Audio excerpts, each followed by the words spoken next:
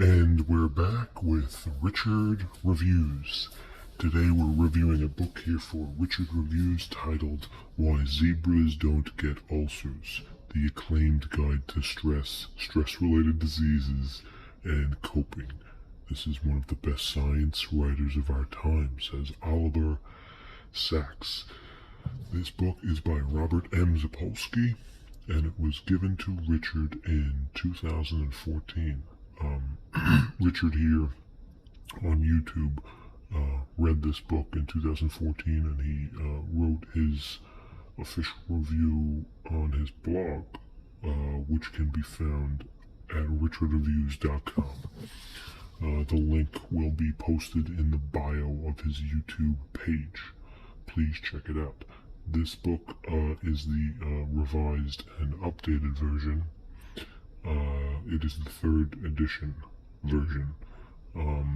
Richard is a fan of Robert Sapolsky, so this book was definitely on Richard's list and his radar for a while. So let's check out the book, and we'll see what Richard has to say. The book, as you can see, it's a nice piece. It's an actually, it doesn't look it in the camera, but it's a very big piece. Okay, the piece is nice. You can tell it's very big. The piece, it doesn't look as big as it is, but it is big. Why Zebras Don't Get Ulcers, 3rd edition. As you can see right here, Owl Books. Okay, that's Robert himself, Robert M. Sapolsky. This was a fantastic read. Richard had nothing but good things to say about this piece. Now in the back you can see the price. Health Science. Richard paid a premium $16 for this. This is a steal. This is a great piece. Richard took very good care of it, and he really did urge the metaphors that were used in this book. He felt the need of Thunderfat, which Robert talks about briefly. The only praise that Richard doesn't agree with in this book is the fact that throughout the book, from beginning to end, Robert Sapolsky continually facts and lists the bad things that stress can do to the body, but at the very end, a small little smudge of a margin, a little cream crop, a little stem with it. Now that stem with it is the only section of the book, the smallest little piece that is of the nature of positive news.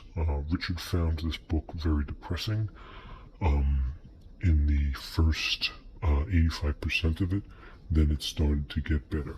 But Richard strongly urged that this is not Robert Sapolsky's fault at large. He is just reporting on the facts. Now, if we look at the piece itself, from cream to cream, north to south, nipple to nipple, east to west, it's a very solid piece. There's a few nips and bruises, as you can tell. There's a curl on the cream at the top, which cannot be helped, as Richard, owned this book for a while. The shine is nice. All right, the shine is nice from back to front. Good shine. As you can see, it shines well. No creams. As we look inside, Richard took very good care of this book. As you can tell, it's got great stuff, improving stress, dire quality, and I believe that there's a decent section of footnotes for anybody that's really extended and wants to get the full grasp of this book. He goes in from chapter to chapter, page to page, nipple to nipple, cream to cream, everything you want to know about what's viewed as a derogatory comment through the overall satisfaction of this life. Richard completed this book pretty well, as you can see. Let's get a page count, and we'll talk about the author a little bit. Okay, so official page count at the top we have 538 here. We're going to round it out with a good 560. That is a quality piece right here. You can't get any better than this. Let's look at the preem. So if we look at the preem of this, like he talks about Alzheimer's, and there are additional brain regions relevant to a different kind of memory, these structures of body regulation. So he talks about different regulations, different medications to help with stress. And to answer the overall question in the title is basically that Richard got was stress is induced in human beings from different forms of various inventions throughout the 21st century that these zebras don't necessarily compare with. So this is what formulates the difference between zebras not getting ulcers versus human beings. We've adapted over time, and we are becoming more of a obese species, more or less obese, mindless. You know, when you separate the wheat from the chaff, you're going to stick with the mutton, and you only have a bucket of mutton, and you're going to want to put the mutton back in the bucket before you separate the wheat and the chaff. So this is what Richard was really,